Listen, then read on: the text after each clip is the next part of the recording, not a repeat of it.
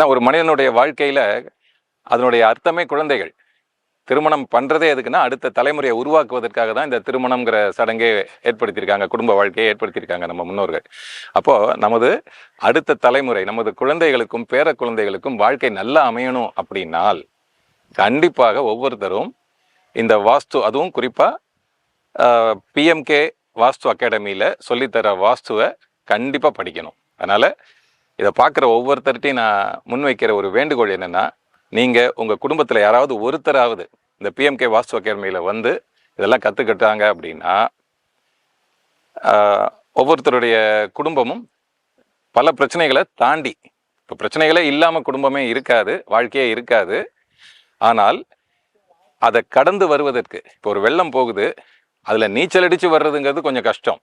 அதுவே ஒரு life boat கிடச்சிதுன்னா கொஞ்சம் சுலபமாக இருக்கும் இல்லையா? அந்த மாதிரி பிரச்சனைகளை சுலபமாக கடந்து வருதல், முதல்ல அதை ஏற்றுக்கணும், அந்த ஏற்றுக்கிற மனப்பான்மை. அடுத்தது அதை எப்படி கடந்து வர்றதுக்குங்கிறதுக்கு ஒரு சின்ன படகு, லைஃப் போட் கிடைச்ச மாதிரி. அப்போ வாழ்க்கையை கொஞ்சம் சுலபமாக நம்ம இலக்கை நோக்கி கொண்டு போக முடியும்.